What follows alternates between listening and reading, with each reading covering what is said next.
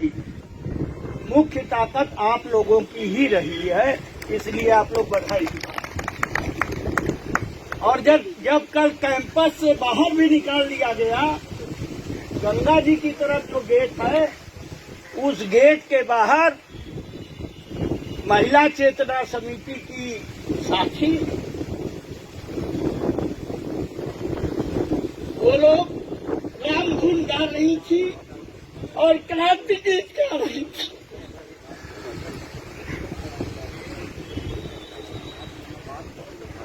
महात्मा गांधी ये बात कहते थे कि अहिंसा की प्रतिमूर्ति है, और स्त्रियां अहिंसा की प्रतिमूर्ति हैं। वो कष्ट सहना उन्होंने जितना किया, इसीलिए वही अहिंसा की प्रतिमूर्ति अगर कोई है तो वो नारी है। ये महात्मा गांधी कहते थे, हमारी बात नहीं है।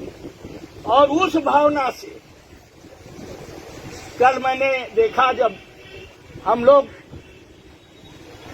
डॉक्टर लोहिया और राजनारायण जी की धारा के, आप लोग गांधी विनोबा जयप्रकाश लगाते थे, हम लोग गांधी लोहिया जयप्रकाश लगाते थे, और कोई विरोध नहीं था। पोचमपल्ली में जब पहला भूदान हुआ तब लोहिया ने समर्थन किया था, क्योंकि भूमि की समस्या के समाधान के रूप में एक बात थी।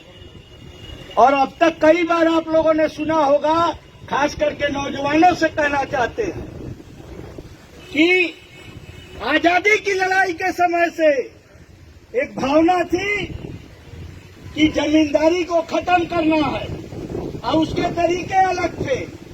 विनोबा ने जितना जमीन मांग करके बांटा, उतना लैंड सीलिंग के तहत भी जो सरकारी कार्यक्रम है भूमि की हदबंदी का, उतना जमीन न इकट्ठा हुई न बटी। आंकड़ा वगैरह राही भी यहाँ बता देंगे कि उसका कितना आंकड़ा था, इसका कितना आंकड़ा था। तो बुनियादी बात ये थी, विनोबा जी राजनीति शब्द का इस्तेमाल नहीं करते थे, लोक नीति की बात करते थे।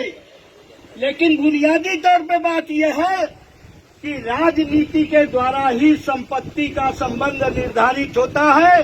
विनोबा ने वो मांग करके अपने नैतिक आध्यात्मिक बल के रूप में देश भर से जमीन मांगा। और दूसरी तरफ मार्क्सवादियों का भी अपना तरीका था, जो जमीन को जोते बोए वो जमीन का मालिक होगा। ये केवल वो नहीं लगाते थे, भूदान के आंदोलन में भी ये नारा लगता था, सोशलिस्टों के द्वारा भी ये नारा लगता था। लेकिन वो गोलवलकर के लोगों ने कभी इस देश की भूमि की समस्या के बारे में सकारात्मक दृष्टि से कभी नहीं सोचा। उन्होंने क्या सोचा? हरदम कब्जा करने की बात सोची। सर्व सेवा संघ की घटना को मैं बाबरी मस्जिद से जोड़ता हूं। जैसे बाबरी मस्जिद पे कब्जा किया गया, उसको तोड़ा गया, लगातार उसको विवादित ढांचा कहा गया। और जैसा कि हमारे बीएचयू के भक्ति आंदोलन के विशेषज्ञ थे सुखदेव सिंह कहते थे कि किसी चीज को नष्ट करना है तो उससे जुड़े हुए शब्दों को पहले नष्ट करो, बुद्ध को बुद्धू बना दो। इनका जो है बुद्ध विहार है, इसीलिए मैं मुझे बता रहा हूँ। लुंच मुनि को लुच्चा कर दो, और कबीर से भी खतरा है तो होली में कबीरा सरारा डाली के साथ जोड़ो। इन बातों को बड़ी गंभीरता के साथ कहते थे। उसी तरीके से, और मैं यहाँ चर्चा इसीलिए करना चाहता हूँ कि इन लोगों ने संपत्ति के मामले में जो इनका नजरिया है, वो नजरिया कब्जा करने वाला नजरिया है, अपराध का नजरिया है। कल मेरी बात वो आत्मदीप सिंह और जो ये आईएएस प्रशिक्षु है, जो एसडीएम है शाही जी, जो एकदम नौजवान लड़का है, तो उन दोनों से बात हुई और उन दोनों ने इस बात को कहा, मुझसे ये बात तो कही कि हमारे पास पहले इन लोगों को शायद राजघाट में बने जो परिसर में रहने वालों को पहले कहा था कि आप लोग सिविल कोर्ट में हार गए। हमसे कहा साफ साफ कि सिविल कोर्ट का कोई ऑर्डर नहीं है, जिसके बारे में सुप्रीम कोर्ट भी कह रही है अपने जजमेंट में कि उसमें हमारा प्रभाव नहीं पड़ेगा। उसमें हमारा अर्जेंसी का एप्लीकेशन एक दिन पहले था, दिन भर सिविल जज नहीं आया। प्रशासन का दबाव उस पर भी होगा, नीचे की न्यायपालिका पर तो होता ही है। वो दिन भर नहीं आया। हम लोग 5 बजे तक थे। ये संजीव सिंह थे, हम लोग थे, हमारे वकील थे। बार बार हम लोग जाते थे उसके इजलास में कि आ जाएगा तो और अर्जेंसी की और स्थगन की एप्लीकेशन है, उस पर सुनवाई करेगा। लेकिन उस मामले को हम लोगों ने गंभीरता से लड़ा है। आप लोगों को बताना चाहते हैं 2 बातें। कल हाई कोर्ट का निर्णय, जिस निर्णय में बनारस के जिलाधिकारी को कहा गया था कि गांधी विद्या संस्थान के बारे में मुकदमा और राही जी वगैरह के समय का 2007 का था, लेकिन उस पर जब एक काउंटर हम लोगों ने दाखिल किया, उस पर आर्डर आया कि जिलाधिकारी तय करेगा। और इस बात को जान लीजिए, हमारा बेनामा सही है कि नहीं है, यह बात भारत के कानून के हिसाब से एसडीएम, जिलाधिकारी, कमिश्नर नहीं तय करता है। ये बात दीवानी न्यायालय में ही तय होती है। और बेशर्मी किस हद तक और किस ऊंचाई तक गई है, इसको जान लीजिए। सुप्रीम कोर्ट में रेलवे ने कहा कि बड़ौदा हाउस, जो नॉर्दर्न रेलवे का हेडक्वार्टर है, हमारे पास वो बेनामा नहीं है। अरे मान लीजिए हमारा और जगन्नाथ जी का एक सौदा हुआ और उस सौदे में जगन्नाथ जी ने कहा कि हमारे पास है ही नहीं, तो हम जो बेनामा दे रहे हैं उस बेनामे को लेके कस्टोडियन कौन है? कस्टोडियन है बनारस की रजिस्ट्री ऑफिस। उससे क्यों नहीं पूछने आए? तुम्हारे पास नहीं था तो जो हम सही बेनामे का दावा कर रहे हैं उसको लेके आते। उस बेनामे के पीछे 1960 में रजिस्ट्री करने वाले अफसर ने लिखा है कि GC Banerjee, divisional superintendent railway का 10। आप कहेंगे सुपरिंटेंडेंट तो छोटा मोटा कोई, ये जान लीजिए पूरे देश में रेलवे के तमाम डिवीजनों में 1960 में डिविजनल सुपरिंटेंडेंट सबसे बड़ा पद था। डीआरएम का पोस्ट तो ये 70-72 के लगभग आया है।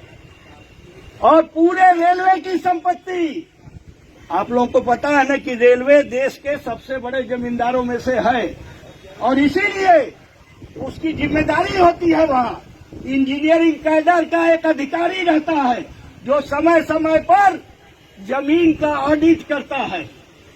और ये बताना चाहेंगे कि 3 मुकदमे, खजाना जी, 3 दीवानी मुकदमे इसी बनारस की अदालत में ऐसे चले हैं जिसमें एक साथ प्रतिवादी अखिल भारत सर्व सेवा संघ, उत्तर रेलवे और पुरातत्व सर्वेक्षण, भारतीय पुरातत्व सर्वेक्षण, आर्कियोलॉजिकल सर्वे ऑफ इंडिया, उसका भी उद्घाटन जवाहरलाल जी ने 62-63 में किया था।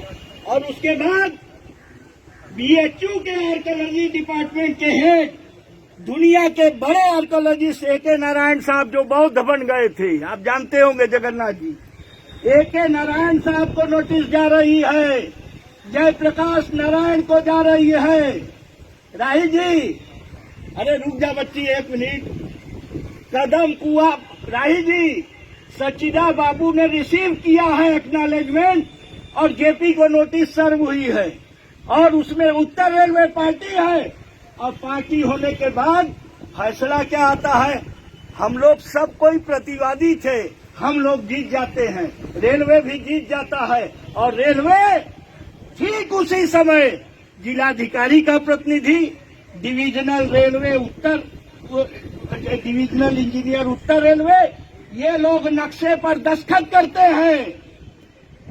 नक्शे पर हम लोगों के पास कॉपी है, ट्रू कॉपी, एक तरफ जिलाधिकारी का, ये 66-67 की बात है। तो हमने तो उस समय 1 मिनट के लिए माना कि बदमाशी करके प्राप्त कर लिया सन 60 में। 66 में क्या हुआ, 76 में क्या हुआ, 80 में क्या हुआ? 3 मुकदमों में दीवानी न्यायालय फैसला कर चुका है सर्व सेवा संघ के बेनामे के पक्ष में। और इसीलिए आप कम से कम अभी तक तो ये मन में साफ रखिएगा कि आप सच्चाई के साथ हैं, आप सच्चाई के लिए लड़ रहे हैं। ये अभी बताया होगा, मेरा ख्याल है कि संजीव सिंह ने बताया होगा, हम लोग भी गए थे पुलिस लाइन में, मिल करके आए तो चंदन पाल जी ने कहा, एक महिला, एक बच्ची नया नया आईपीएस बनी है, वो आई थी वहाँ, वो लोग चक्कर में थे कि छूट जाए, ये लोग अपने अपने घर जाएंगे। चंदन पाल जी ने कहा कि मेरा घर वैसी परिसर में है, मैं यहाँ से छूटूंगा तो उसी परिसर में लौटूंगा। और ये जब ये सुन लिया तब उन्होंने जो है ये लगाया शांति भंग की आशंका। और ये आशंका भैया हमको भी आशंका थी, हमारी आशंका तो साबित हो गई। तुमने शांति भंग कर दिया, कब्जा किया, एक क्रिमिनल ट्रेसपास किया। लोगों जो घरों में, जिन घरों में इंसान रहते थे, उन घरों के सामानों को निकाल के फेंका। ये क्या है? ये सब भारतीय दंड संहिता के हिसाब से आपराधिक कृत्य है। और उस आपराधिक कृत्य का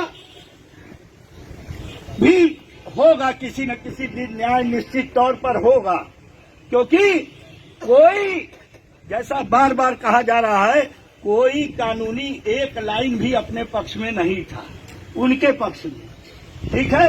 और जो था, बता दें आपको फिर से, वो हाई कोर्ट का एक असंवैधानिक ऑर्डर था, उसके अनुरूप 1 महीने के बाद डीएम का ऑर्डर था। अब ध्यान दीजिए, ठीक 2 दिन बाद एसडीएम का ऑर्डर था लाइन से।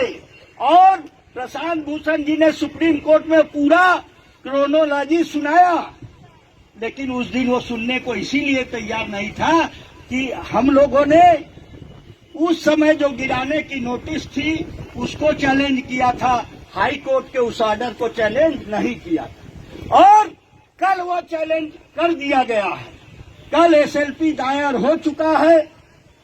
आगामी कल सोमवार को लिस्ट होगा और परसों मेंशन होगा, उस पर चर्चा परसों के दिन होगी। तो साथियों, मैं ज्यादा विस्तार से नहीं वो करना चाहता हूं।